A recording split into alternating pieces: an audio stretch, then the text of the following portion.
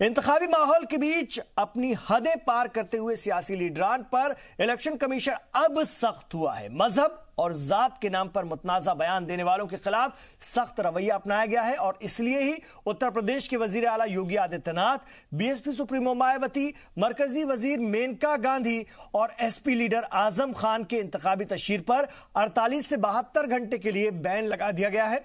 अली और बजरंग बली वाले बयान के लिए योगी पर 72 घंटे का और जितना वोट उतना ही काम वाले बयान के लिए मेनका गांधी पर 48 घंटे का बैन है। जयप्रदा के खिलाफ नाज़िबा अल्फाज का इस्तेमाल करने के लिए आजम खान पर 72 घंटे का, तो वहीं मायावती पर मजहब के नाम पर वोट मांगने के लिए 48 घंटे की पाबंदी लगाई गई है। इलेक्शन कमीशन के इस कदम पर सुप्रीम कोर्ट ने भी इत्मीनान का इजहार किया है। वाज़ेह है कि इलेक्शन कमीशन से इससे पहले फिल्म पीएम नरेंद्र मोदी की रिलीज पर इलेक्शन तक के लिए रोक लगाई थी इलेक्शन कमीशन ने, और साथ ही जो एक नमो टीवी है उसको लेकर भी ईसी ने सख्त रुख अख्तियार किया है। आइए हम इस पर बात करते हैं। साथ खास मेहमान जुड़ चुके हैं, आइए मैं उनका तारुफ आपसे करवा दूं। मैंने अपने साथ बहुजन समाज पार्टी के लीडर धर्मवीर चौधरी जी को जोड़ा है। मायावती पर बैन लगा है 48 घंटे का, उनसे बात करेंगे। हमारे साथ हैं निखत अब्बास साहिबा, भारतीय जनता पार्टी के लीडर हैं और वो भी बताएंगी। योगी आदित्यनाथ और कल्याण सिंह साहब भी जो कि गवर्नर हैं, वो भी इस तरह के बयान अभी दे चुके हैं, लेकिन कोई बड़ा एक्शन उन पर नहीं हुआ था। बीजेपी के फेवर में वो बयान दे चुके हैं, तो इस तरह की बातें बहुत हुई हैं इन दिनों। इधर घनेंद्र भारद्वाज साहब को भी हमने अपने साथ जोड़ा है। सर खैर मकदम है, कांग्रेस पार्टी के सीनियर लीडर हैं और उनके जो ए लेवल के खास जो प्रवक्ताओं की एक टीम है, उनके कौमी सदर ने बनाया है, उसके वो मेंबर हैं। सर आपका स्वागत है।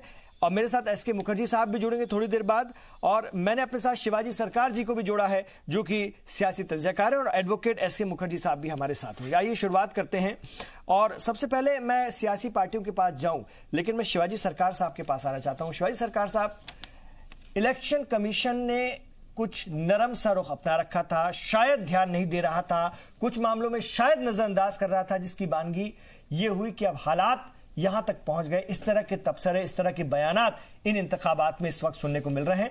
अब एक्शन लिया है, कैसे देखते हैं? ये देखिए, एक्शन वैसे नहीं लिया। जब सुप्रीम कोर्ट का इंटरवेंशन हुआ उसके बाद एक्शन हुआ जी। आमतौर पर हम पहले भी देख चुके हैं कि चुनाव आयोग जो है, पिछले खास करके जब से टीएन सेशन आए थे, उसने अपनी एक, आप कहते थे, एक व्यक्तित्व बनाया था चुनाव कमीशन का, इलेक्शन कमीशन का, और सभी राजनीतिक दल उसको एक अच्छी निगाह से देख रहे थे, एक रेवरेंशियल तरीके से देखते थे, और आमतौर पर कुछ ऐसा कुछ करने से बचते थे कि इलेक्शन कमीशन की नजर में सीधे सीधे आ पाए। उन्होंने एक बहुत अच्छा सिस्टम भी किया था। अब हालांकि कुछ ज्यादती नहीं। सर वो जो डर कायम हुआ था, हम समझ सकते हैं कि टीएन सेशन के दौर में 90 की दहाई में कहीं ना कहीं इलेक्शन कमीशन ने अपनी ताकत को पहचाना था टीएन सेशन के जरिए, और जिस तरह से उन्होंने उस वक्त के कद्दावर लीडर, मुझे याद आता, लालू प्रसाद यादव को पानी पिला दिया था। इतने बड़े बिहार के वो लीडर थे, उन्होंने 5 चरणों में चुनाव करवा दिया था 1995 में। लालू यादव रैलियों से लेकर तमाम जगह के दरवाजे खटखटाते रहे, लेकिन टीएन सेशन साहब ने उनकी नहीं सुनी। तो जो एक माहौल बना था इलेक्शन कमीशन के लिए खौफ का, क्या वो यहां आते आते एकदम कमजोर पड़ गया, खत्म हो गया? आपको ऐसा लगता है? देखिए, कमजोर पड़ा है कि नहीं, ये तो एक अलग बात है, पर कम तो पड़ा ही है। और ये कम पड़ा है मेरे ख्याल में। टीएन सेशन ने देखा था कि जो लीडर है, यानी कि चीफ इलेक्शन कमिश्नर, वो जो है निर्णय ले सकता है और निर्णय का पालन करवा सकता है। उसके बाद जिस तरह की कुछ चीजें हमें देखने को मिली, कहीं ना कहीं उसमें डायल्यूशन हुआ। और आपको ये भी ख्याल होगा कि टीएन सेशन के जिस तरह से उन्होंने किया, उसके बाद एक निर्णय यह भी लिया गया कि एक के बजाय 3 इलेक्शन कमिश्नर्स होंगे, उनमें से एक चीफ इलेक्शन कमिश्नर होगा।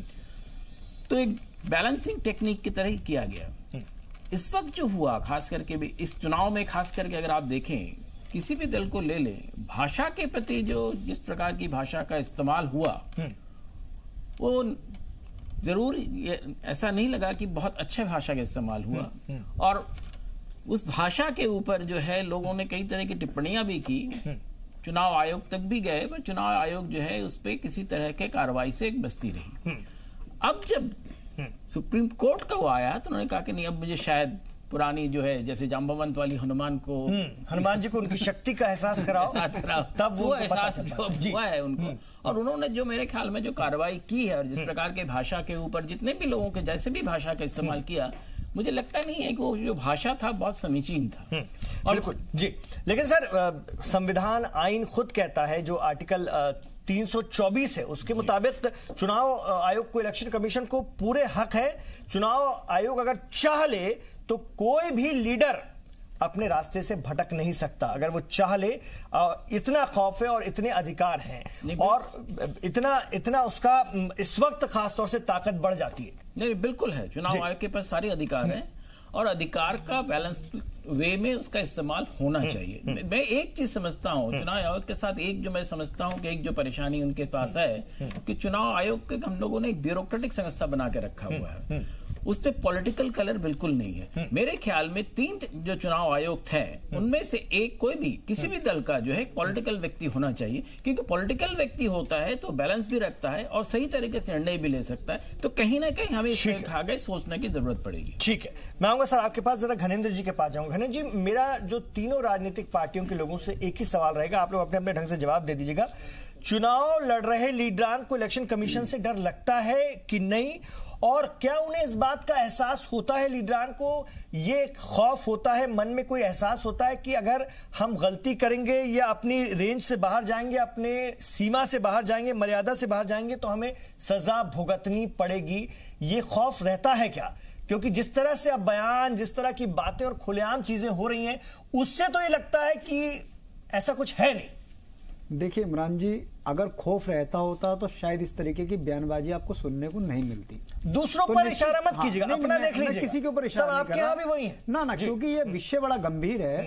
क्योंकि इससे कहीं ना कहीं राजनीतिक जो लोग हैं, राजनेता जो हैं, कहीं ना कहीं उनकी साख पे भी एक सवाल खड़ा होता है।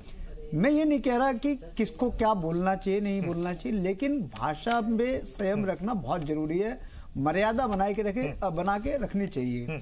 अब आप देखिए कि हो क्या रहा है कि कुछ लोगों की तो आदत ऐसी हो चुकी है कि उनको बार बार इस तरीके की भाषा का उपयोग करना शायद वोट के लिए उनके लिए सूट करता हो, कि उससे शायद कुछ वोट मिल जाएंगी या कुछ लोग उनके उसमें प्रलोभन में आ जाएंगे।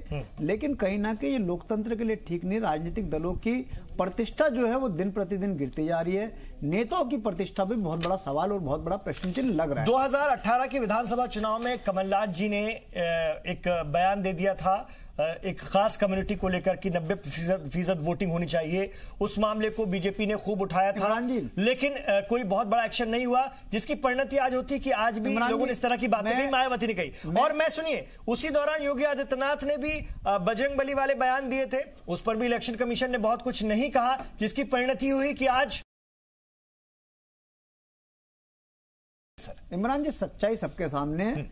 दिक्कत कहां आती है, समस्या कहां आती है? जब शीर्ष पर बैठे हुए लोग इस तरीके की भाषा का उपयोग करते हैं।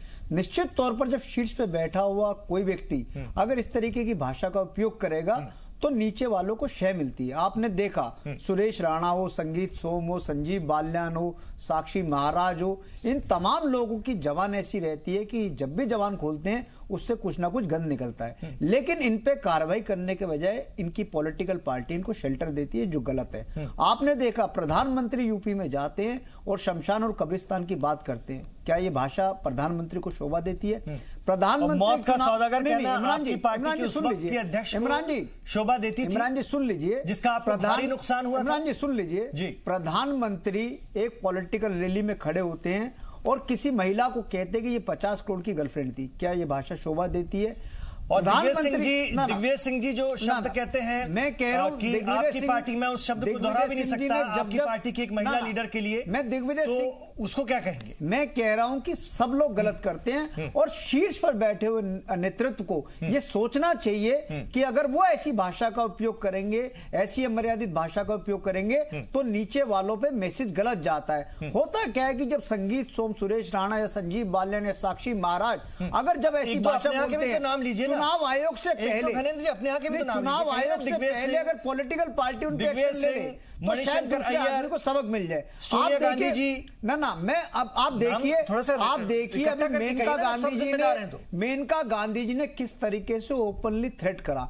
एक समुदाय विशेष की मीटिंग में जाती है, तो कमलनाथ जी ने क्या किया था 2018 के विधानसभा चुनाव में? वोट नहीं दिए तो हम आपके काम नहीं करेंगे। उन्होंने क्या कहा था? मैं क्या कह रहा हूं कि इस तरीके की भाषा किसी भी पॉलिटिकल पार्टी का कोई भी नेता बोले वो बर्दाश्त नहीं की जानी चाहिए। आजम खान साहब ने परसों जिस तरीके की भाषा का उपयोग करा, निश्चित तौर पर मैं तो ये कह रहा हूं, आप कह रहे हो इलेक्शन कमीशन को इससे भी सख्त कार्रवाई करनी चाहिए थी। सिर्फ 72 घंटे का बैन या 48 घंटे का बैन ये पर्याप्त नहीं है। इलेक्शन कमीशन को इससे सख्त कार्रवाई करके इनका नामांकन रद्द करके इनके चुनाव लड़ने पे रोक लगानी चाहिए थी 5 या 10 साल की।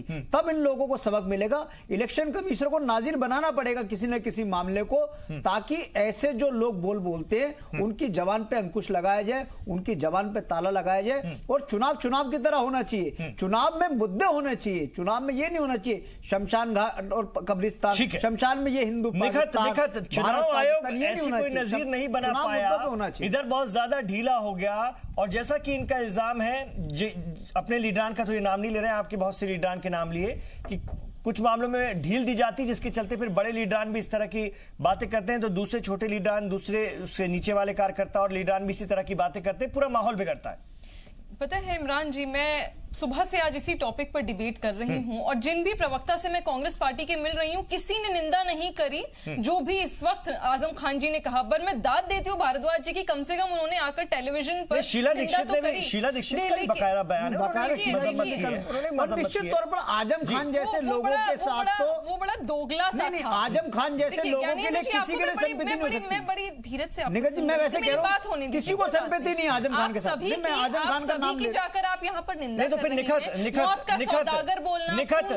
आपकी पार्टी के हिमाचल प्रदेश के रियासती सदर ने भी कोई बहुत अच्छा तो काम नहीं किया है, उसके बारे में भी आपके यहां से कोई बहुत ज्यादा बातें नहीं आई हैं, वो भी एक अपने आप में सवाल बनता है। और इलेक्शन के दौर में किसी को सीधे तौर पर गाली देना, ये किस तरह की संस्कृति समझी जाए? इमरान जी, मैं आपको बता दूं कि पहली बात तो जिस बयान की आप बात कर रहे हैं पर मैंने वो सुना नहीं, लेकिन फिर भी मैं बता देती हूं कि अगर हमारी पार्टी, ये भी बहुत अच्छे मुझे लगता है समझाया गया है।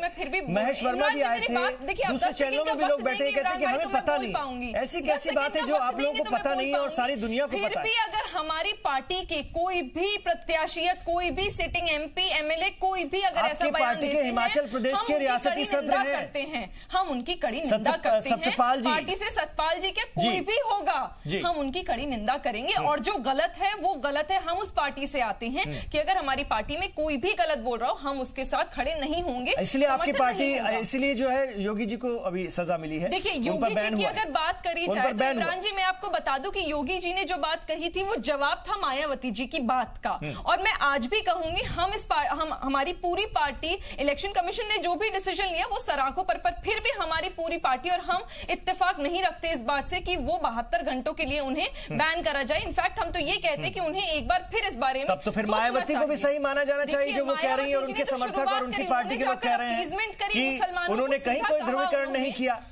देखिए, उन्होंने मुसलमानों को सीधा ये कहा कि आप कांग्रेस पार्टी को वोट मत दीजिए, किसी और को मत दीजिए, हमें दीजिए। हमने तो ये बोला, क्या बोला योगी आदित्यनाथ जी ने, आप सभी ने सुना है कि अगर अली विपक्षी के हैं तो बजरंगबली हमारे हैं। तो जाहिर सी बात है वो साधु संत आदमी है। बजरंगबली में अगर अपना मान सम्मान रखते हैं और अपनी शिद्दत वो रखते हैं तो उसमें दिक्कत क्या है? उन्होंने ये थोड़ी ना बोला है कि आप आगे हमें वोट दीजिए या आप जाके उन्हें वोट दीजिए। देखिए, बात बहुत क्लियर हो जाए कि मायावती जी ने जिस तरह का बयान दिया वो अपीजमेंट था। और मेनका जी ने जो कहा है वो क्या है? वायलेशन था। मेनका जी ने जो कहा है वो क्या है? मैं वहां भी आ जाती हूँ। मेनका जी ने जो भी बात कही, देखिए, जब कोई प्रत्याशी होता है, जो सिटिंग एमपी होता है, लोगों में अगर कोई एमपी कुछ गलत कर दे या कोई बात उन्हें पसंद ना आए तो वो विरोध करते हैं।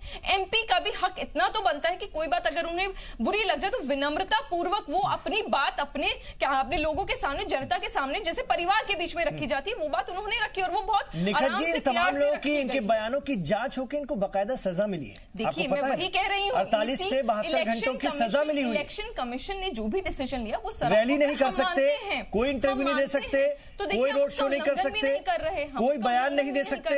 इमरान जी बात आपकी सही, आप बताइए उल्लंघन कर रहे हैं कि उल्लंघन नहीं कर रहे? उन्होंने कहा हम उनकी बात मान रहे हैं, 72 घंटों तक योगी आदित्यनाथ जी कोई भी रैली नहीं करेंगे और मेनका जी भी 48 घंटों तक कोई भी रैली नहीं करेंगे। उल्लंघन करेंगे तो सवाल ये जो रुख है, मैं समझ गया निखत जी, घनेन जी का अपने लोगों का नाम ना लेना, आपका इस बात पे अड़े रहना कि भले ही उनको सजा मिली हो, वो इलेक्शन कमीशन ने दिया हो, लेकिन उन्होंने गलत नहीं किया।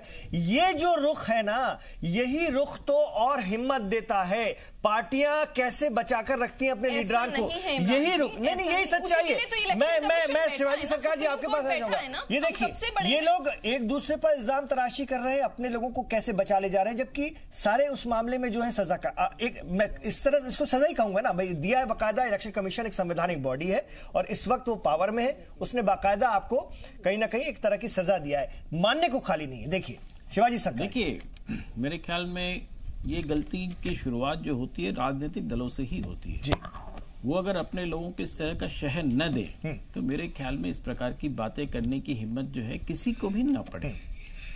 अब कोई गिल्टी फील नहीं कर रहा है और अपने कार्यकर्ताओं को सर नीचे तक नहीं कह रहा कि देखो हमारे बड़े लीडरों पे कार्रवाई, अब आइंदा ध्यान रखना, आदर्श आचार संहिता का पालन करो। एक चीज कहां है, कहां है ज़ाब्ता है अखलाक? मैं समझता हूं इलेक्शन कमीशन को एक चीज और करना चाहिए था, उस पर सख्ती से उनके स्टेटमेंट्स आने चाहिए थे कि जिस प्रकार से इस चुनाव में धर्म के और विभिन्न भावनाओं को जिस प्रकार से बढ़ाने की कोशिश की जा रही है सभी राजनीतिक दलों की ओर से, चुनाव आयोग को चाहिए था कि इस पर सख्त रुख अपनाता।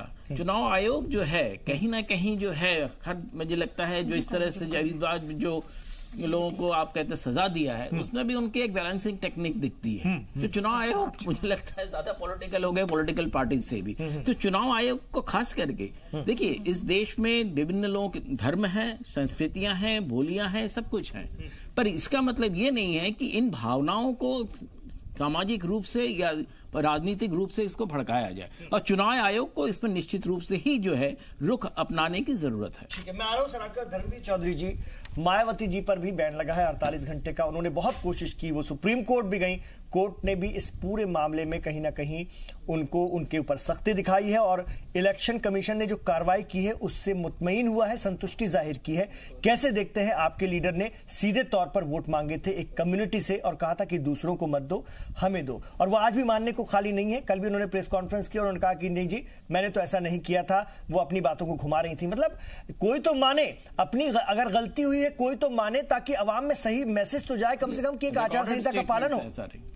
इमरान भाई, जब ये देश आजाद हुआ था और भारत दुनिया का सबसे बड़ा लोकतंत्र है, जब बाबा साहब ने इस भारतीय संविधान की सबसे बड़े, संसार के सबसे बड़े लोकतंत्र की स्थापना की थी संविधान के रूप में, तो उन्होंने कभी सपने में भी नहीं सोचा होगा कि 2014 से 19 तक ये कलंकित लोकतंत्र के रूप में याद किया जाएगा नरेंद्र मोदी और बीजेपी गठबंधन की सरकार का कार्यकाल। मायावती जी को 48 घंटे के लिए बैन किया गया, जरा उस पर रोशनी डालिए। मैं आपकी बात पे आ रहा हूं। जब इस देश के सबसे बड़े पद पे बैठा हुआ व्यक्ति माननीय नरेंद्र मोदी प्रधानमंत्री जी ने सेना के नाम पर यह कहा कि हमको वोट मिलने चाहिए, तो क्या निर्वाचन आयोग ने उन पर बैन किया? नहीं किया। जब पिछले चुनाव में मध्य प्रदेश के इलेक्शन में भोगी मुख्यमंत्री, जिन्हें आप योगी कहते हैं, मैं उन्हें सत्ता सुक्का भोगी कहता हूं, उन्होंने जो है मध्य प्रदेश के इलेक्शन में हनुमान जी की जाति बताने का काम किया, क्या इलेक्शन कमीशन ने उनको बैन किया? उसके बाद में उत्तर प्रदेश सरकार के कैबिनेट मंत्री लक्ष्मी नारायण जी ने भरे मंचों से यह कहा कि हनुमान जी जाट है, तो क्या उन्होंने इलेक्शन कमीशन ने उन पर कोई कार्रवाई की या किसी भी संवैधानिक संस्था ने उन पर कोई कार्रवाई की? सारी बातें क्योंकि हो चुकी हैं, इसलिए आपकी नेता भी ऐसा ही करेंगे। मैं आपकी बात पे फिर आ रहा हूं। आपकी नेता भी उससे 2 कदम और आगे जाएंगे। आपकी बात पे आ रहा हूं। ये आपका कहना है कि ये आपका तर्क है, ये दलील है आपकी? मुझे आप थोड़ा टाइम दीजिए।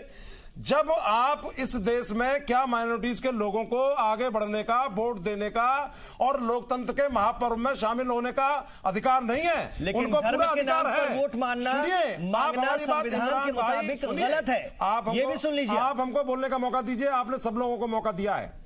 मैं आपसे ये पूछना चाहता हूं और इस देश के आवाम से पूछना चाहता हूं कि एक पार्टी जिसका जन्म ही धर्म के आधार पर हुआ है, अगर कोई इस देश में इन अल्पसंख्यक लोगों के आंसू पहुंचने का काम करता है, और भारतीय लोकतंत्र में निर्वाचन आयोग की गाइडलाइन है कि अपील का अधिकार हर व्यक्ति के पास है, अगर हमारी नेता ने अपील की और उनके आंसू पहुंचने का काम किया और यह कहा कि आपका कोई वोट ना घटने पाए ना बटने पाए, तो इसमें क्या बुरा है? तो निर्वाचन आयोग की गाइडलाइन है।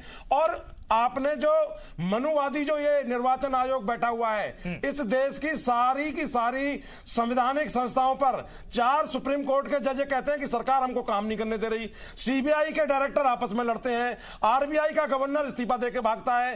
कौन सी संवैधानिक संस्था है लीडर पर कड़ा एक्शन हो गया सरकार ने अपना तो आप सबको दोषी करार दे दीजिए, और आप जो है लीडर ने सीधे तौर पर वोट मांगे, निर्वाचन आयोग को अपनी खिलाफवर्जी है, आईन की खिलाफवर्जी है, तो आप निर्वाचन आयोग जो है, अगर निर्वाचन आयोग निष्पक्ष है, दोषी करार दे दीजिए। अगर निर्वाचन आयोग निष्पक्ष है, क्या योगी आदित्यनाथ पर कार्रवाई नहीं किया? क्या योगी आदित्यनाथ पर कार्रवाई नहीं हुई? बैन करे तब हमारी नेता की। अरे सर धर्मवीर जी, क्या योगी जी पर कार्रवाई नहीं हुई? आदित्यनाथ जी पर कार्रवाई? प्रधानमंत्री पर क्यों नहीं कार्रवाई हुई है? प्रधानमंत्री को क्या अधिकार है कि वो जो है देश की सेना के नाम पर वोट मांगे? क्या मोदी की सेना है देश की सेना? आप बताइए। लिखित जवाब दीजिए, इनके सवालों का जवाब दीजिए। ये मोदी की सेना क्या, ये मेरी भी सेना है, ये आपकी भी सेना है, ये इमरान जी की भी सेना है, हिंदुस्तान के हर एक नागरिक की सेना है। मोदी जी की सेना इसलिए कहा प्रधानमंत्री की सेना नहीं है ये भारत के संविधान में प्रधानमंत्री की सेना कहकर के इस सेना का अपमान ये बीजेपी के लोग ना करें इस चैनल पर बैठ करके। बौखलाहट क्यों है इतनी? शर्म करिए थोड़ी। आप सेना को आप प्राइवेट लिमिटेड कंपनी के तौर पर नहीं कह सकती। धर्मवीर जी, ये सेना जो है धर्मवीर जी सुनिए ना, धर्मवीर जी आपने बीजेपी सुनिए एक मिनट। धर्मवीर जी सुनिए, मेरी चर्चा को हाईजेक मत कीजिए। मेरे जो दर्शक हैं वो बहुत सुलझी हुई बात सुनना चाहते हैं, एक एक को सुनना चाहते हैं। चलिए एक मिनट निखत, धर्मवीर जी ने जो सवाल उठाए हैं, एक ब्रेक लूंगा मैं, लेकिन आप दोनों से गुजारिश है और बाकी लोगों से गुजारिश है कि इस चर्चा को एक एक करके आने दीजिए। हमारा चैनल उस तरह का नहीं, वो मजा भी नहीं आता है। एक सवाल आपकी तरफ से जाए, उधर से जवाब आए, वो अच्छा लगता है सुनने वालों को भी। एक जरा वक्फा लूंगा। धर्मवीर जी जो सवाल उठाए, जो इल्जाम लगाए हैं बीजेपी के लोगों पर, उस पर निखत जवाब देंगी। फिर इलेक्शन कमीशन कार्रवाई शुरू की है। इलेक्शन कमीशन ने अब देखना ही होगा कि कार्रवाई आगे और कितनी होती है या लोगों में कहीं ना कहीं खौफ बैठता है। लेकिन उस बीच एक बड़ी खबर आ रही है, उससे बाखबर आपको कर दें।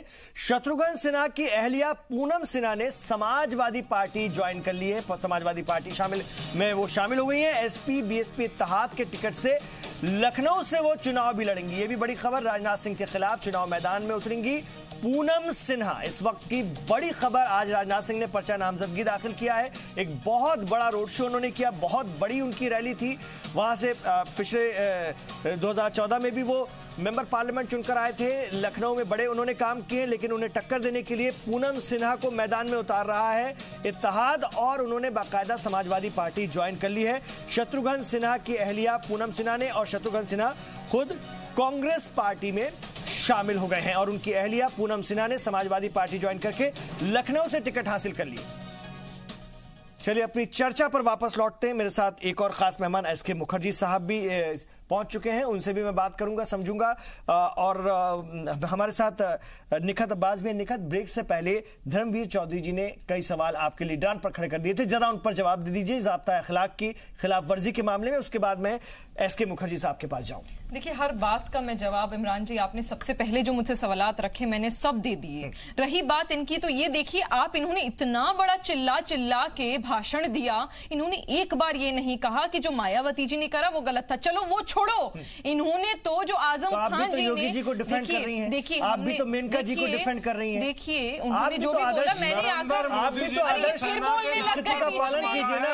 आप इतने वरिष्ठ हैं, आपकी पार्टी ने आपको सिखाया नहीं क्या? आपकी पार्टी ने आपको सिखाया नहीं क्या? प्रधानमंत्री ने सेना के नाम पर वोट मांगे हैं। कहीं वोट नहीं मांगे सेना के नाम पर। सरकार है, सरकार अपने काम गिनवाएगी। हक है है, फर्ज बनता है, पहली बात। और आप इतने वरिष्ठ है, उसके बाद भी अगर आप ऐसे आके बीच में बात करेंगे ना तो अच्छा नहीं लगता, आपकी इज्जत जाती है नेशनल टेलीविजन पे, ये मत करिए। दूसरी बात, भाई साहब ठीक है, आपको जवाब देने के लिए नहीं आई मैं यहाँ पर, ठीक है, तो मेरे साथ व्यक्तिगत मत होइए। दूसरी बात, अगर हम बात करते हैं इनसे कि भाई इन्होंने आजम खान जी ने इतना घटिया बयान दिया एक महिला के बारे में, इनकी वो भी हिम्मत नहीं हो, बस चिल्लाना आ गया, दूसरों के बीच में बोलना आ गया, ये नहीं बोल के आए। अरे भैया, जनता पागल नहीं है, जनता को आप देखिएगा, जनता बहिष्कार करेगी समाजवादी पार्टी का और बीएसपी तो आप बोल रहे हैं चैनल पे आके झूठा बोल रहे हैं, आपको शर्म नहीं आ रही? माफ कीजिएगा, आपके घर की महिला के बारे में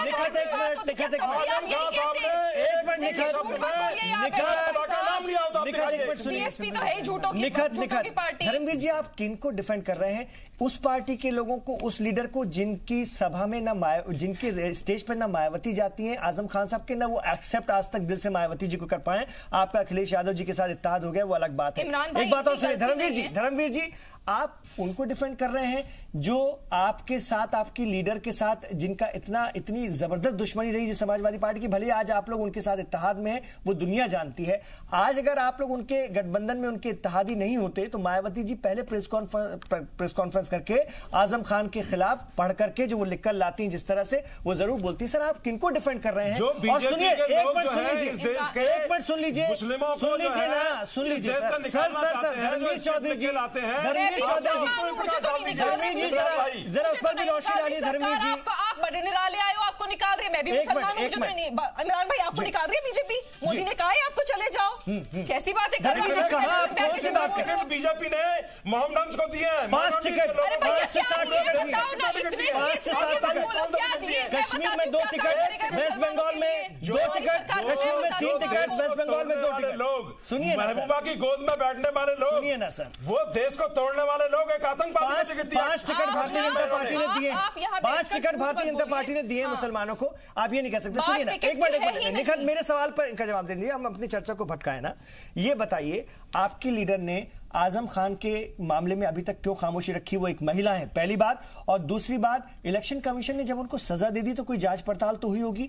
तीसरी बात यह है कि 10 साल तक आजम रामपुर का प्रतिनिधित्व सांसद के रूप में किसने किया था? उनका इशारा किसकी तरफ था? वो क्या दुनिया नहीं जानती हो? क्या इलेक्शन कमीशन या लोग नहीं जानते? आप किस तरह का डिफेंड कर रहे हैं? कम से कम कुछ तो सोचिए सर, क्या माहौल गया है, किस तरह से लोगों ने उस पर रिएक्शन दिया है, वो तो सोचिए। लोग कितने खफा हैं, आप समझ रहे हो? आप उनको बचा रहे हैं सिर्फ इसलिए कि आप लोगों ने एक इत्तेहाद कर लिया है कि वोट ना बटे। ये कैसे बचाव करने का तरीका? आपकी पार्टी की लीडर खुद एक महिला है सर, कैसे आप बचा रहे हैं? इमरान भाई, मैं आपकी बात का जवाब देता हूं। बहन कुमारी मायावती जी के खिलाफ दयानंद सिंह नाम के एक बीजेपी के कार्यकर्ता ने, दयाशंकर सिंह ने कौन सी टिप्पणियों का इस्तेमाल किया था, और बीजेपी के इन दोगले चरित्र के लोगों ने उसकी पत्नी को कैबिनेट मंत्री बना करके पुरस्कृत करने का काम किया है। आपके सामने है स्वाति सिंह, आप देखिए, इनसे जवाब लीजिए आप कि उन्होंने जो इतनी अभद्र टिप्पणी बहन कुमारी मायावती जी के ऊपर उन्होंने की थी, ये पुरस्कार देने का काम करते हैं। चलिए जल्दी जवाब दे दीजिए, फिर मैं अपने बाकी मेहमानों के पास आऊंगा। मुझे ऐसा लगता है आप इतने वरिष्ठ हैं, मुझे आपको देख के ऐसा लगता है कि आपका दिल और दिमाग ये कह रहा है कि आजम खान गलत है, बस आप चैनल पर नहीं कहना चाहते। मानिएगा, जो हिंदुस्तान की जयशंकर जी के बारे में पूछ रहे हैं सर, महिलाएं आपको देख रही हैं, आपकी इज्जत बढ़ जाएगी। जयशंकर जी के बारे में पूछ रहे हैं, वापस पार्टी में आ गए हैं। आप लोगों ने एक्शन लिया था लेकिन वापस आ गए, उनकी वाइफ को टिकट दिया, वो इलेक्शन लड़के जीती और मंत्री। कह रही हूँ इमरान जी, मैं वही कह रही हूँ, कम से कम हमारी पार्टी वो तो है जो निंदा भी करती है, एक्शन भी लेती है, उसके बाद अगर कोई अपनी गलती मान रहा है, अगर कोई देखिए, गुनाह तो अल्लाह भी माफ करता है, अगर कोई अपनी गलती मान रहा है तो उसको माफ करना, हम सिर्फ इंसान है क्या माफ नहीं कर सकते? ठीक है, किसी ने पश्चाताप कर लिया, अपनी गलती मान ली, बहुत है। एक बार जो करे वो गलती, 2 बार जो करे गलती, तीसरी बार गुनाह हो जाता है। और आजम खान जी के बयान कितनी दफा आ चुके हैं ये आप और मैं भली बात ही जानते हैं इमरान भाई। मैं गिनवाना शुरू करूंगी ना तो लिस्ट कम पड़ जाएगी, टाइम कम पड़ जाएगा। ठीक है, एसके मुखर्जी साहब के पास जरा मैं जानना चाहूंगा। एसके मुखर्जी साहब, ज़ाब्ता अखलाक की खिलाफ वर्जी, आचार संहिता का उल्लंघन कोई नई बात नहीं है और अब इसको इतना हल्के में लिया जाने लगा है जैसे कि ये है ही नहीं, सिर्फ नाम के लिए है। अब कुछ इलेक्शन कमीशन ने थोड़े बहुत कदम उठाए हैं, क्या इससे सख्त कदम उठाने की जरूरत है? कानून क्या कहता, आईन क्या कहता, और लोग कोर्ट की शरण में चले जाते हैं, उसको कैसे देखेंगे? इसके बारे में एक चीज ये है कि देखिए हमारा कोई भी एक्शन नुमाइशी नहीं होना चाहिए। हमारे यहाँ पर क्या इसका पैमाना क्या है? हमने कभी भी आज तक इस बात का इजहार चुनाव आयोग ने नहीं किया कि ये बोलने पर ये इसका पनिशमेंट है या ऐसा करने पर इसका पनिशमेंट ये है। वो आप कभी नहीं बोलते।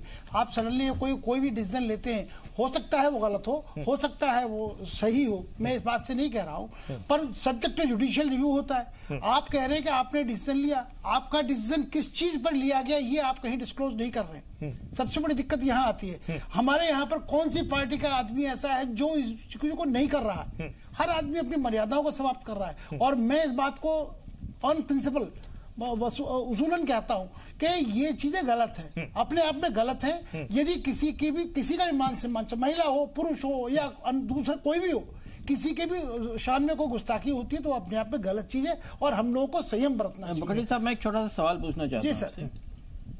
चुनाव एक निश्चित दायरे में होती है और उसी के बीच में एक्शन भी लेना है चुनाव आयोग को जी। और चुनाव आयोग के जो पावर्स हैं जी। और जिस तरह की चीजें अभी हमारे सामने हुई और जो एक्शंस उन्होंने लिए हैं उसके हिसाब से चुनाव आयोग को कैसे चलना चाहिए? मेरे हिसाब से चुनाव आयोग को खुद को संयम बरतना चाहिए, खुद को संयम बरतना चाहिए, क्योंकि उनके पास इतना टाइम नहीं होता कि उसका कोई जुडिशियल रिव्यू हो। उसका जुडिशियल रिव्यू नहीं हो पाता।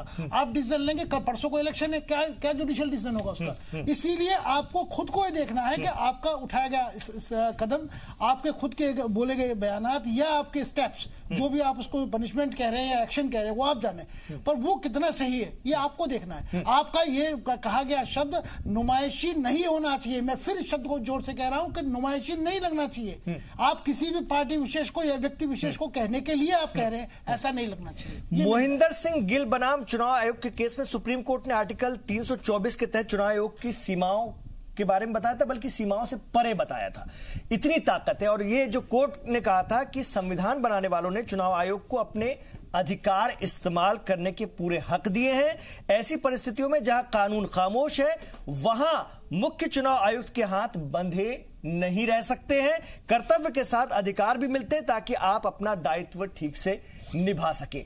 सीधे तौर पर इतना बड़ा पावर है, लेकिन उसका पूरा इस्तेमाल किस मजबूरी में नहीं हो पाता? सर, उस पर जरा एक मिनट के लिए रोशनी डालेंगे? मैं एक चीज, यही जो शब्द मैं अभी पहले कह रहा था, मैं इसी बात को उस ऑनरेबल कोर्ट के, ऑनरेबल एपेक्स कोर्ट के इस व्यू को माइंड में रखते हुए कह रहा हूं कि जब भी आपको पास एब्सोल्यूट पावर्स हो, एब्सोल्यूट पावर को यूज करते समय या डिस्क्रिप्शंस को यूज करते समय आपके जो गाइडिंग फैक्टर्स है वो आपका विजडम है। वो विजडम आपका एक्यूरेट होना चाहिए। यदि कहीं विजडम में गलती होगी तो आपका जुडिशियल रिव्यू तो है नहीं, आपका भी यदि डिसीजन गलत होगा तो अगेंस्ट कौम होगा, अगेंस्ट अवाम होगा। ये नहीं होना चाहिए, मेरा निवेदन ये। ठीक है घनेन जी, एक दौर था जब वोटिंग के लिए आइडेंटिटी कार्ड, पहचान पत्र नाफिज करने को लेकर भी सभी पार्टियों के नेताओं ने उस वक्त आपत्ति जताई थी, लेकिन टीएन शेषन का वो दौर था, वो अड़े रहे और आखिरकार सबको मानना पड़ा।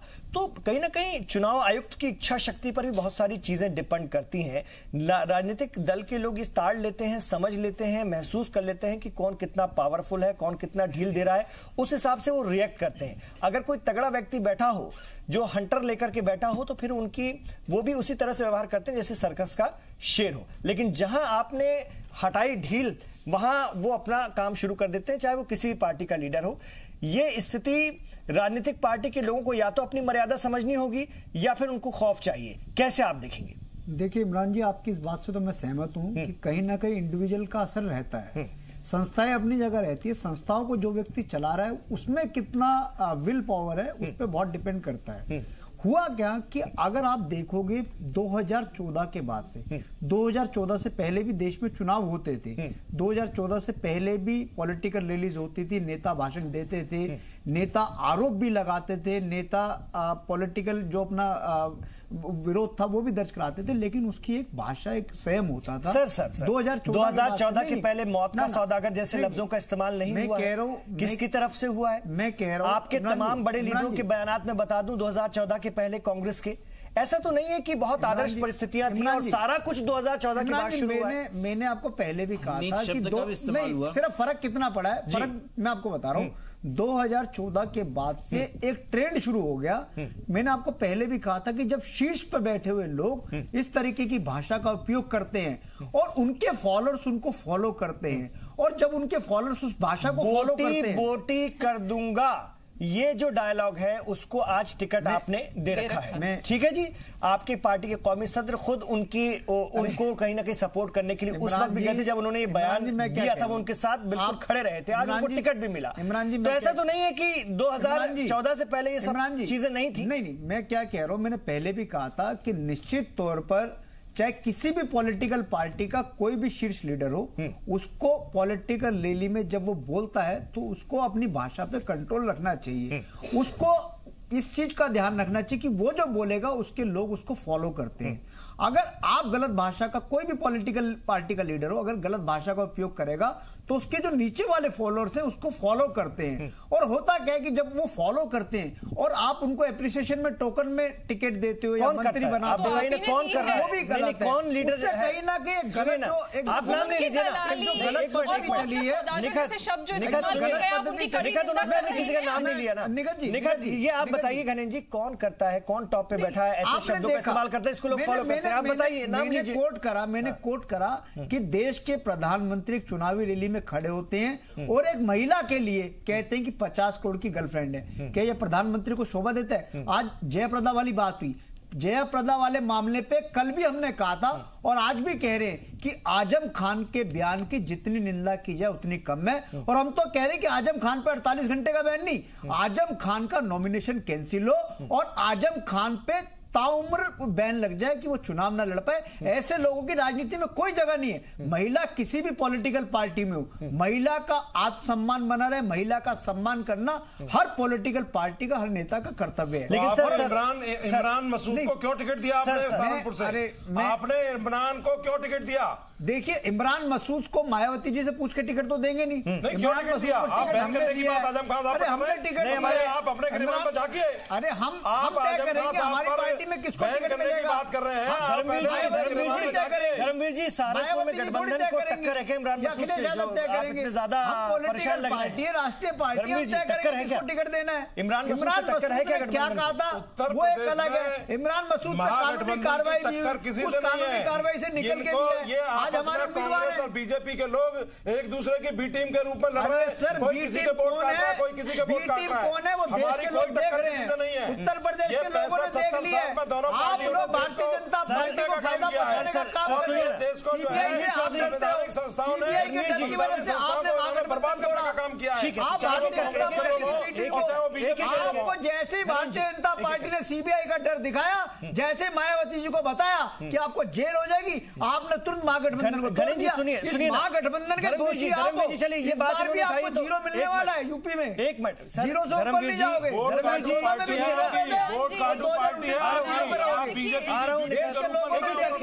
आप संघ के इशारे पे काम करते हो। ठीक है आरएसएस की बेटी हो, ठीक है, में लड़ रहे हैं। आप आरएसएस की बेटी हो, आप 2 सीटें भी ठीक है ना, वो रिजल्ट बताएंगे सर। मेरा तो सवाल फिर आपसे भी है ना धर्मवीर जी, अगर आपको ऐसा लगता है कि बीजेपी को हराना बेहद जरूरी है तो इनके लीडर के खिलाफ जो है आपको सहारनपुर से इनको उतारना नहीं चाहिए। हाजी फजल रहमान साहब को, मायावती जी को नहीं उतारना था, चूंकि वो चंद्रशेखर आजाद का समर्थन ले आए, इसीलिए मायावती जी को तकलीफ हो गई कि कहीं उनका जो एक सत्ता है, एक जो दबदबा है दलितों पर, उनको ऐसा लगा कि कहीं वो ना सरक जाए, इसलिए उन्होंने जानबूझकर उतारा। और वहां तो बीजेपी हारती सी नजर आती है, माफ कीजिएगा, वहां पर गठबंधन या कांग्रेस हारती सी नजर आती है, वहां तो बीजेपी फायदा ले जाती है। इमरान भाई, आप इतने सीनियर पत्रकार हैं, पहले बहन कुमारी मायावती जी और महागठबंधन ने अपना प्रत्याशी घोषित किया था, इनके प्रत्याशी से पहले।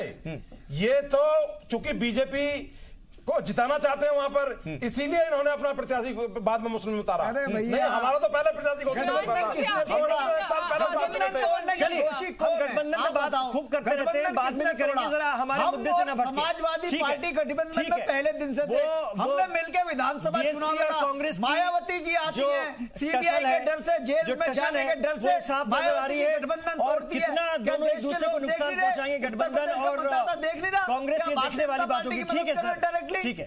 ठीक है, मेरा मुद्दा ना भटकाइए, मैं जरा इलेक्शन कमीशन और आदर्श आचार संहिता पे और बयानों पर आ रहा हूं, नहीं तो आप लोग तो गठबंधन में कौन किसको फायदा पहुंचा रहा है उस पर बात करना शुरू कर चुके हैं। और ये बहुत तकलीफ है, देखिए कांग्रेस को भी बड़ी तकलीफ है और इनको भी, कि दोनों कहीं ना कहीं एक दूसरे के वोट काट रहे हैं उत्तर प्रदेश में और वो बीजेपी उसका फायदा ना ले जाए, इस बात की भी तकलीफ है। बहुत गलत किया, अगर इतना ही आप लोगों को बीजेपी को हराना था तो हो जाते, किसी कोई सेक्रीफाइस तो करता है, हो जाते, उसी समय एक हो जाते। इमरान जी, हमने पहले दिन से कहा था आप यहाँ दिल्ली में आम आदमी पार्टी के साथ एक नहीं हो पा रहे, अभी तक आम आदमी पार्टी के साथ एक नहीं हो पा रहे, अगर आपको बीजेपी जेल नजर आ गई, सीबीआई से डर गए, अरे छोड़िए ना, वो मुद्दा है ही नहीं, इसका फेलियर था ठीक है ना, वो कोई मुद्दा नहीं, आप लोगों ने अभी आज का मुद्दा नहीं है ना गणेश जी, आज का मुद्दा नहीं। चलिए निखत, आप देख रहे इमरान भाई, यहाँ क्या हो रहा है, यहाँ पे सरकार बनानी, चुनावों की बात नहीं हो रही है, यहाँ पे बात हो रही है मोदी हटाओ प्रतियोगिता चल रही है। असल में आप देखिए, ये गठबंधन की जब बात करते हैं बीएसपी निखत, वो विषय नहीं ना, आप आचार संहिता पर आइए। इन्होंने इल्जाम लगाया था कि आपकी टॉप लीडरशिप, वो उनका इशारा वजीर आजम की तरफ था, उन्होंने इस तरह के लफ्जों का इस्तेमाल करना शुरू किया जिसकी वजह से सारे लोग फॉलो करते हैं। इस पर आइए ना, आज के विषय। देखिए, ये तो अगर मैं फिर बात करूं तो शुरू से होते आ रहा है, आज की बात क्यों करते हैं, 1947 से बात करते हैं कि कहां से अपीसमेंट शुरू हुई, हिंदू मुसलमान शुरू ही कहां से हुआ। जवाहरलाल नेहरू जी को बनना था प्रधानमंत्री, पीएम बनना था, उस लालच में इन्होंने बंटवारा करा दिया हिंदुस्तान पाकिस्तान का। देन किसकी है, कश्मीर की दिक्कत है वो भी इनके। हिंदुस्तान पाकिस्तान पर अगर हम आ जाए और हिंदू मुसलमान पर आ जाए तो विषय बहुत लंबा है, और सारे कुकर्म कांग्रेस पार्टी की।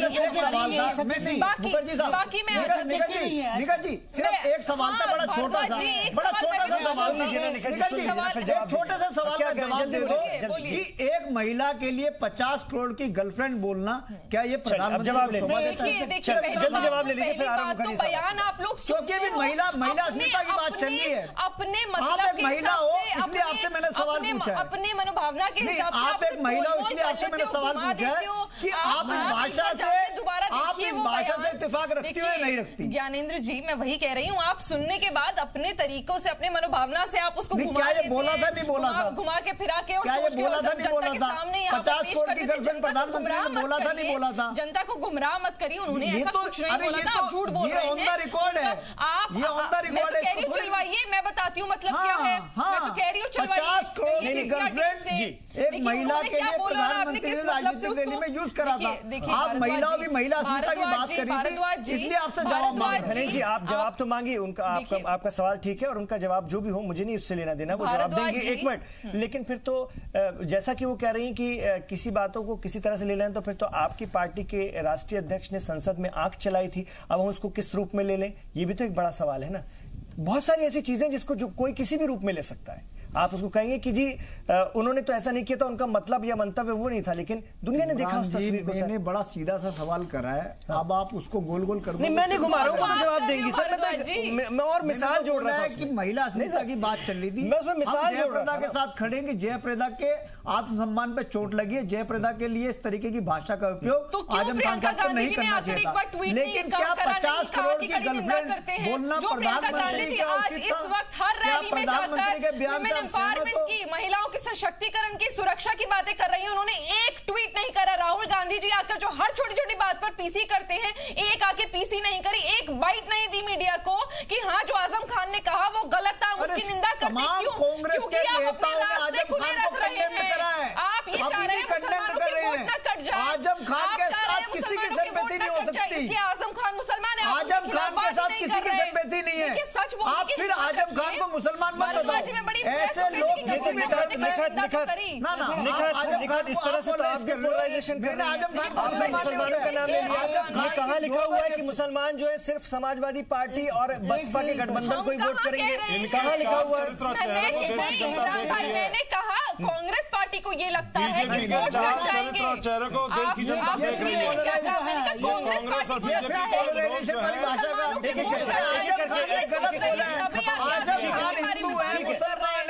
सिख है ईसाई, उससे मतलब नहीं है। आजम खान ने अगर गलत बोला तो उसकी निंदा हो रही है, आप कह रहे हो कि आजम खान मुसलमान है इसलिए उसकी निंदा नहीं होनी चाहिए, क्यों नहीं होनी चाहिए? एक मुसलमान होके वो कह रहे हैं ना शीला दीक्षित जी ने की और भी लोगों ने, आप कह रहे हो कि आजम खान मुसलमान है इसलिए उसकी निंदा नहीं होनी चाहिए, क्यों नहीं निंदा होनी चाहिए? निखत जी, सतपाल जी के बारे में फिर उमा भारती जी ने, सुषमा स्वराज जी ने, स्मृति ईरानी जी ने तो एक शब्द नहीं बोला, उन्होंने जो गाली का इस्तेमाल किया, तो ये भी देखने वाली बात है। सब लोग अपनी अपनी चीजों को समझे कि हम कड़ी निंदा करते हैं ऐसे बयान के साथ। आप कह रही हैं, ऐसे घनेन जी भी कह रहे हैं, ऐसे वो क्या शीला दीक्षित जी ने भी कह दिया। इसी तरह से आप ये क्यों पीछे पड़ी है कि इस बात के लिए प्रियंका जी कहे? तो ऐसे तो मेरा सवाल फिर आपकी बड़ी नेत्रियों से भी है। आपके हर 2-2 मिनट में पीसी नहीं करते ना, राहुल गांधी इमरान जी अभी तो प्रधानमंत्री अमित शाह ने भी कंडेम नहीं करा इस बात को, हमने आगे कंडेम करा क्योंकि एक महिला के सम्मान की बात है। अमित शाह जी ने बोला, अमित शाह जी का बयान आ गया, अमित शाह जी का बयान, लेकिन के लिए आजम खान ने इस्तेमाल किया वो गलत है। ठीक है, जरा मैं एस के मुखर्जी साहब के पास जाऊंगा। एस के मुखर्जी साहब जी, एक चीज मैं बताना चाहता हूँ। देखिए, जब तक अपनी जुबान पर लगाम नहीं होगी दूसरों को ताकीद न करें। मैं ये बात इसलिए कह रहा हूँ कि अब लास्ट इस इलेक्शन में नहीं, पिछले इलेक्शन में यहाँ पर कालका जी के अंदर भाजपा की एक जो सांसद रही हैं, उन्होंने एक ऐसे शब्द का इस्तेमाल किया था जो अनपार्लियामेंट्री नहीं, एब्यूजिव था। आपकी भाषा का मर्यादा तब क्यों नहीं रहती है? मैं क्या बोलूं उसको कि जो रहते बाकी रामजादा है और बाकी क्या है डॉट डॉट, मैं आगे बोलना नहीं चाहता इस शब्द को। इस तरह के शब्दों का आप प्रयोग कर रहे हैं। बात ये नहीं है कि कांग्रेस या बीजेपी या कोई बात ये कि हर आदमी को अपनी मर्यादा का ख्याल रखना चाहिए। और तो वो इन इंतखाबात में, इन इलेक्शन में कहीं गायब है क्या? मैं ये भी पूछ रहा हूं। और उसको कंट्रोल में लाने के लिए क्या बड़ा कदम होना चाहिए? ये तो अभी कदम उठा, और ये जो सजा है आपको लगता है कि इससे ज्यादा सख्त होनी चाहिए? नाकाफी है, इससे ज्यादा सख्त होनी चाहिए थी। ये नाकाफी है, क्योंकि जो मांग, जैसे आजम खान साहब के लिए मांग उठी थी कि उन्हें नाअहल करार दे दिया जाए इलेक्शन लड़ने की, ऐसी कोई बड़ी कार्रवाई होनी चाहिए थी। मैं सर एक बात बता दूं, मैं किसी पर्सनल के बारे में कोई कमेंट नहीं कर रहा हूं, इन प्रिंसिपल बात होनी चाहिए। आइन के अंदर जब हम बात कर रहे हैं, आइन के अंदर स्थिति यदि कोई भी आदमी गलत कर रहा है, मैं कर रहा हूं तो गलत है तो है, चाहे दूसरा कर रहा है तो गलत है। आज की तारीख में कहीं पर भी किसी तरह के गलत शब्दों का इस्तेमाल हो रहा है किसी के भी द्वारा, चाहे वो ऑनरेबल प्राइम मिनिस्टर कर रहे हो या ऑनरेबल MP कर रहे हो या अन्य किसी भी पार्टी के नुमाइंदे कर रहे हो, वो अपने आप में गलत है। चलिए शिवाजी सरकार जी, फाइनल कमेंट अपना दीजिए। सर, ये जो कार्रवाई हुई है सब पर, इससे सख्त होनी चाहिए ताकि कुछ दिखता, ताकि खौफ बनता। जैसे कि मांग उठ रही आजम खान साहब को नाअहल करार दो इलेक्शन लड़ने के, हटा दो इस प्रोसेस से, ताकि जरा समझ में आए लोगों को कि ऐसा भी होता है। लेकिन ऐसा नहीं हुआ। क्या लगता है इस कार्रवाई के बाद ये तमाम लोग, मैं सबकी बात कर रहा हूं, समझ जाएंगे या उनके फॉलोअर्स समझ जाएंगे कि अब सब ठीक हो जाएगा? ये अपनी जबान पर काबू रख पाएंगे, आपको लगता है? नहीं, या दूसरे लोग भी नहीं, ये ऐसा तो नहीं होगा, क्योंकि सबको मालूम है कि इलेक्शन कमीशन का जो है 1-2 दिन के लिए होता है, उसके बाद उसका कोई असर नहीं है, ना उसकी कोई ना तो उसका कोई लीगल कोई वो है उसका। और दूसरी चीज जो है, जैसा के मुखर्जी साहब कह रहे थे कि एक्शन जो है और सख्त होना चाहिए, पर एक्शन सख्त करने के लिए कुछ कोडिफिकेशन की भी जरूरत होती है।